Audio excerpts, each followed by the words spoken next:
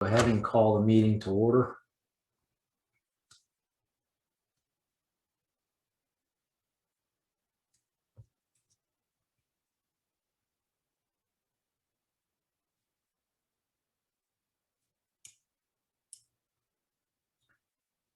All right, we have the minutes from our March 22nd meeting for approval. Do we have any additions or comments on those minutes?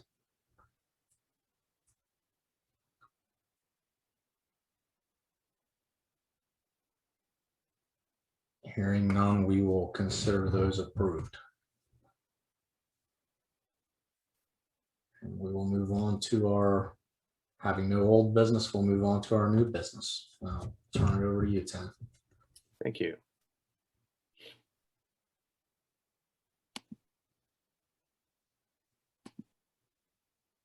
Okay, the first policy tonight is policy 812, property insurance. This is a very simple change. Hello, Mr. Sanders. Very simple change. We're just changing, adding property and finance as the title of the committee. So that's the only change for this policy and also for 813. I'll show you that one in a second here. 813, same change. Any questions about that? Pretty straightforward. Yeah. All right, 916, volunteers.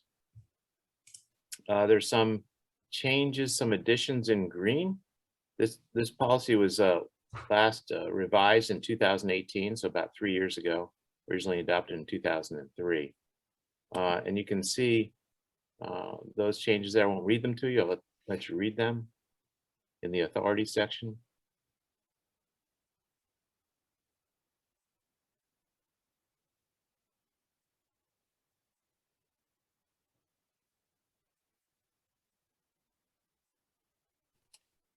And then definition section. The red strikeout is removed language and the green is added.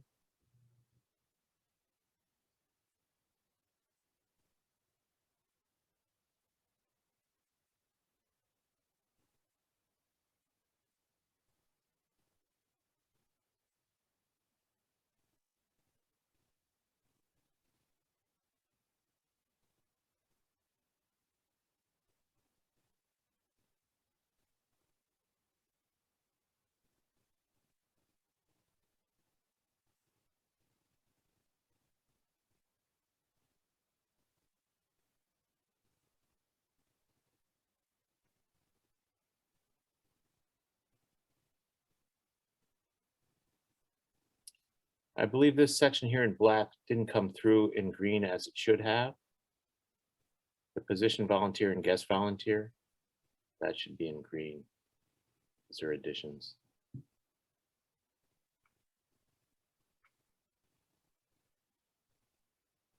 So it's a lot of rearranging of the language and some additional language to make it more streamlined.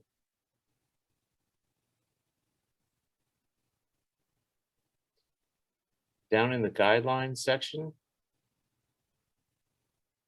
there's some additional language included to comply with state law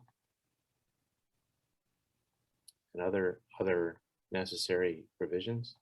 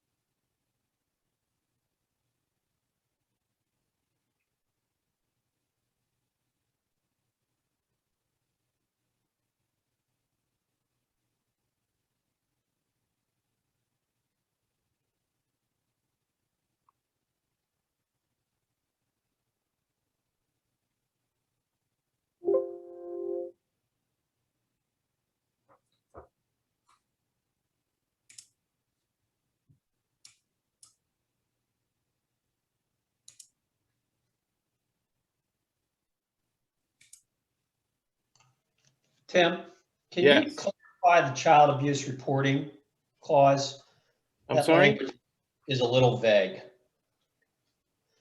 where are you referring Wait, to? well, now almost at the bottom of my screen, child abuse reporting. All volunteers who have reasonable cause to suspect that a child is the victim of child abuse shall make a report of suspected child abuse in accordance with applicable law. Is that a comma, board policy and administrative regulations? So what is the applicable law there? Are they a mandated reporter at that point in time, or? No, but they may be a mandated reporter because of their occupation, whatever their regular occupation is. Okay, okay. But we don't have anything in our policy or administrative regulations which would put them in that position. What we're saying in this policy here is that they need to report it. They must. Shall. Shall. Okay.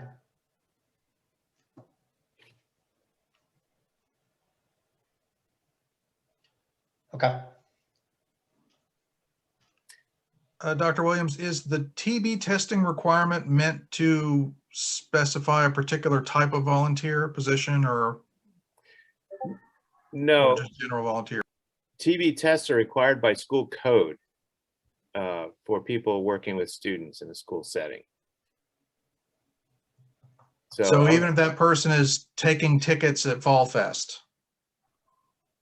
Technically, yes. Okay.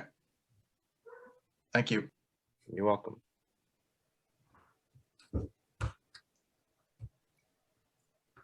That person has to fit the definition of a volunteer.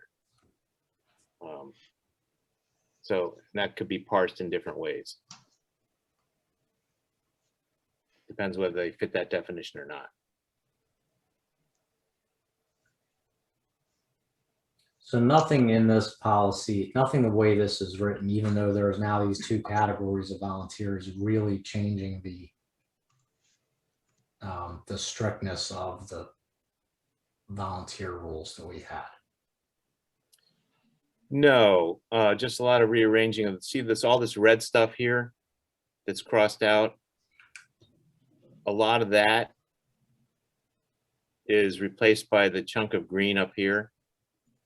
Okay. Rather than going through and taking exactly the changes, it was just easier just to wipe out this red section and add this green section, which pretty much says the same kinds of things. So it makes it more compliant with PSBA policy going forward. So there's nothing monumentally different in this than we've had before. Okay.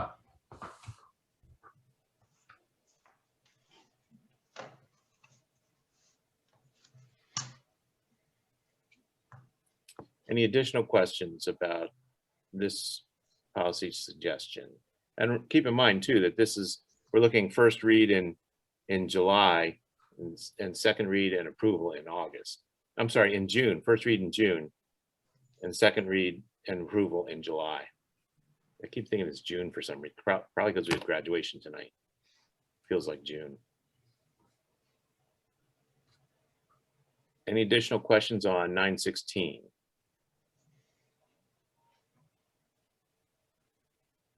Okay.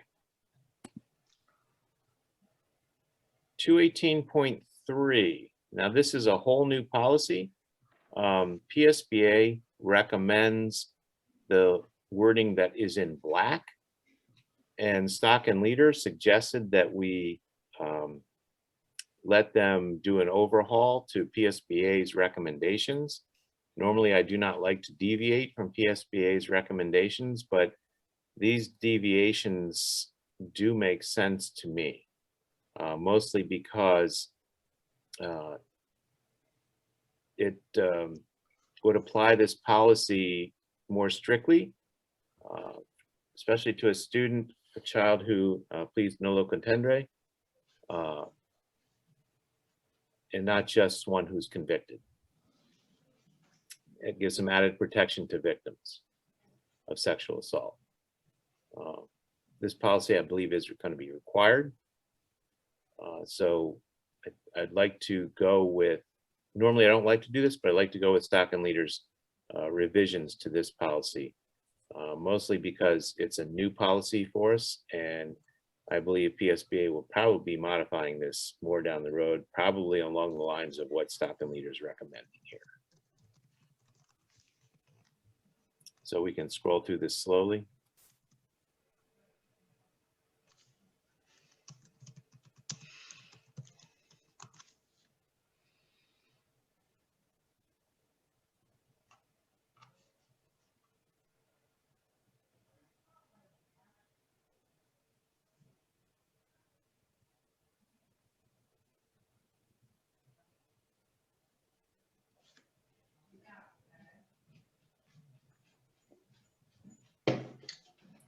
You'll see on the right side that stock and leaders also made some additional commentary.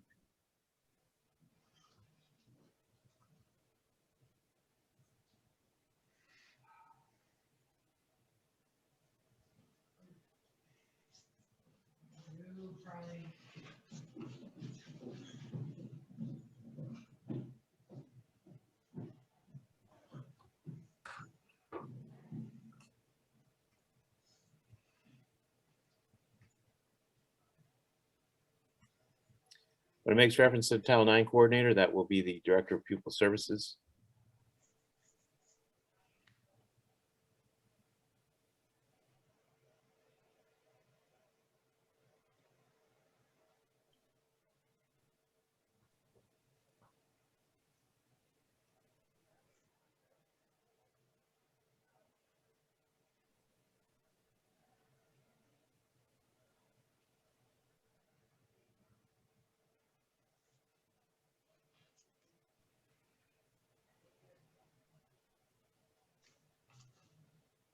I read through this earlier, and if this situation occurs and the student that is the guilty or nolli contendere, if the decision is made to transfer that student to an alternative education program, right?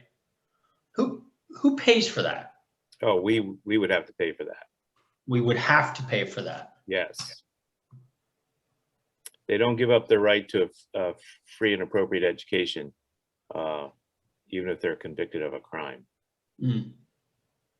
So, for example, sexual assault aside, any crime that would put a student in custody. For example, I worked in a school district where we had a student who actually committed a murder, and that student was sent to prison, and we were obligated to pay for his education in that prison. Wow. Yeah.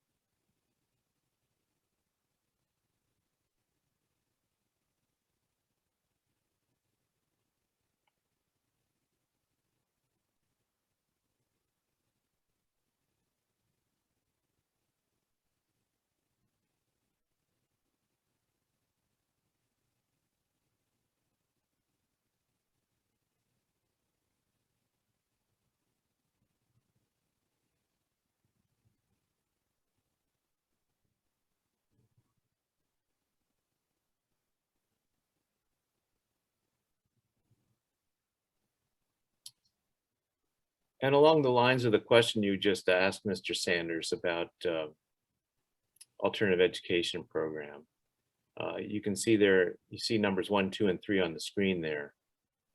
Number 2 being alternative education program. Number 1, recommend the board expel the student. Even if we expel a student, similarly, we're still obligated to pay for that student's education unless they have reached the age of, now it's 18, it used to be 17.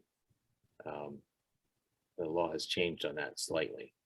So even if we expel a student, we're still obligated to pay for that student's education up to a certain age. And for special education up to age 21.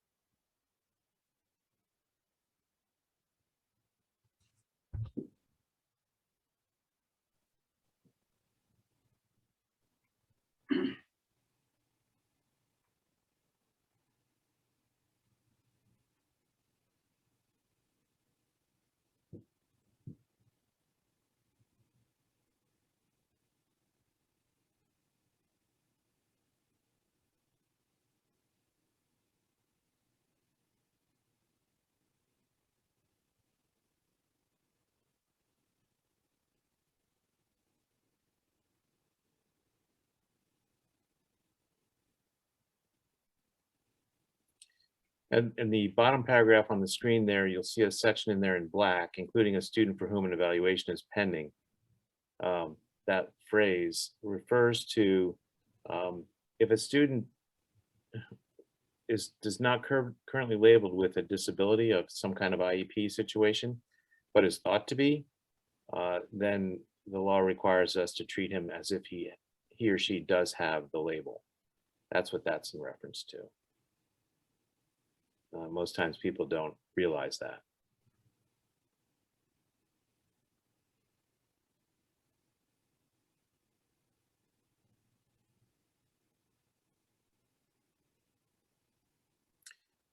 And when we put this into policy final version where it says Director of Special Education, we'll be changing that to Director of Pupil Services because we don't have that particular position.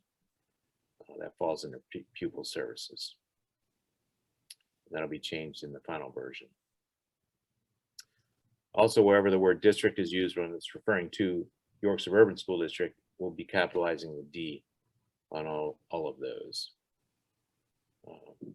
The format we received this from Stock and Leader doesn't give us the flexibility to change that right now.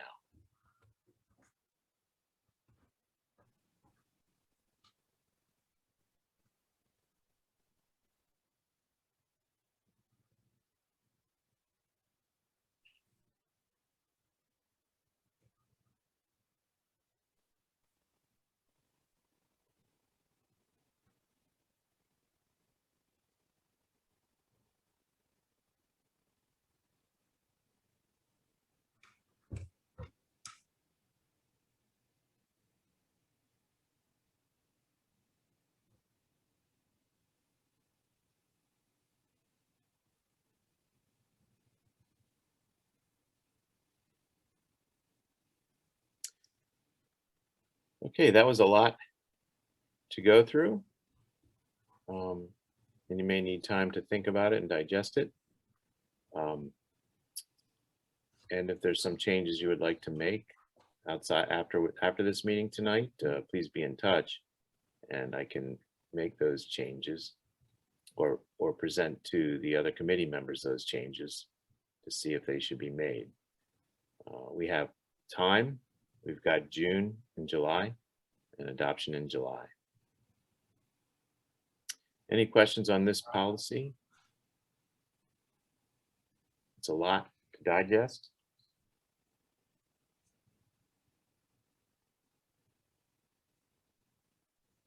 None? Okay.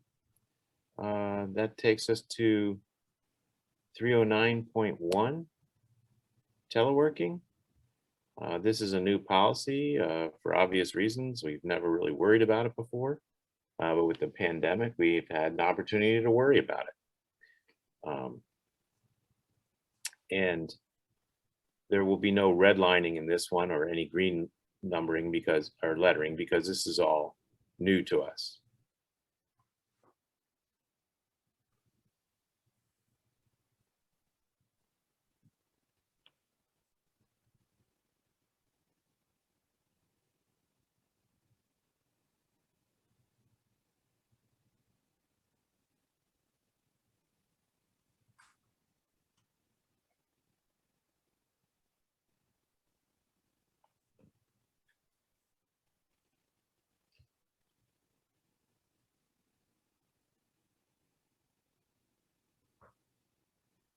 The important thing in this policy is it gives us the opportunity to develop a written teleworking plan for individual situations, which could be helpful in preventing any type of potential abuse of teleworking. We don't plan to be implementing teleworking very much, mostly because we're an in-person kind of industry. With the exception of a pandemic. And even now, at the end of the pandemic here, we have very limited teleworking, other than if we would call a virtual day for some kind of school disruption. Other than that, we aren't doing teleworking on a routine basis. So this just gives us some comfort in making that happen should we need to or choose to.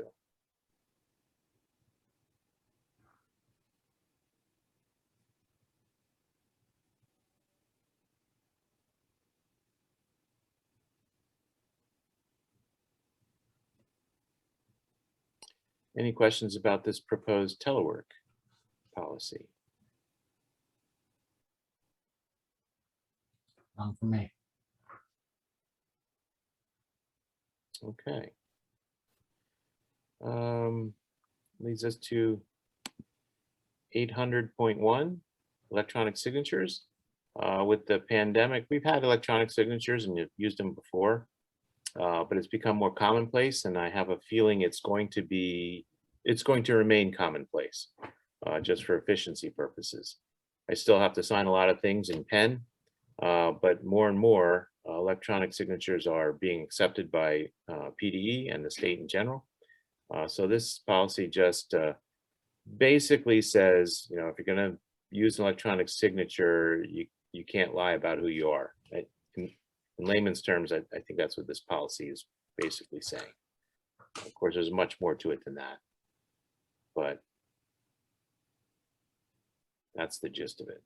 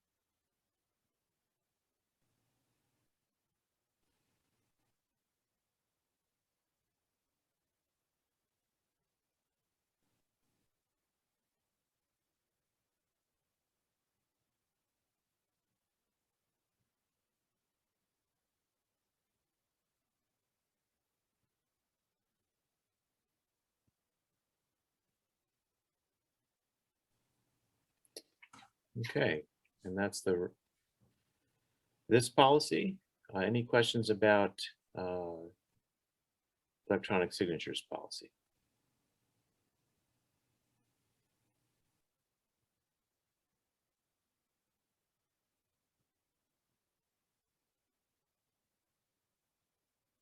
Okay.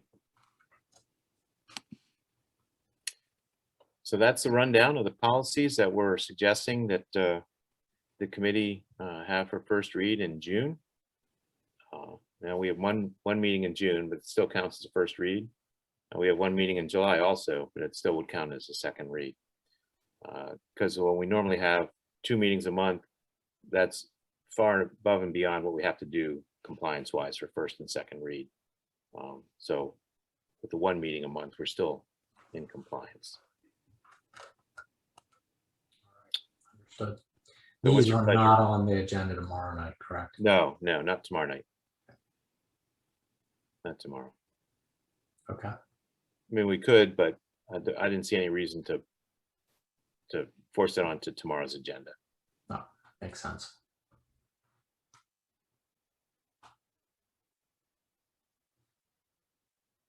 All right. Mr. Sanders, Mr. Sullivan, are you good with it? No concerns at this point. Okay. And there's time. That's also another point. There's time to modify these prior to first read and after first read and before second read. So we still have some time if we want to modify any of these. Okay. Okay. So the committee's recommendation to put it for first read, put them for first read. Yep, absolutely. Okay. All right. And that covers the new business. All right.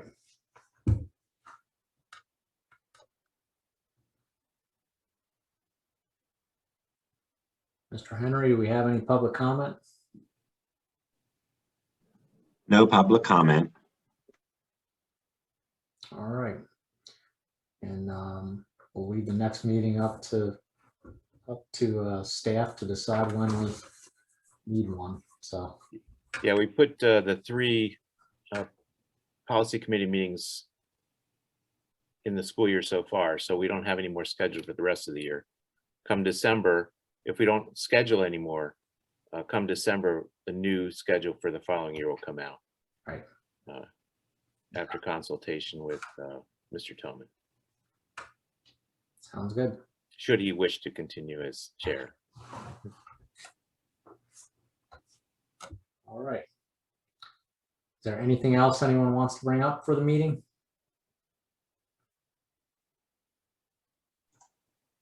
Then we will adjourn.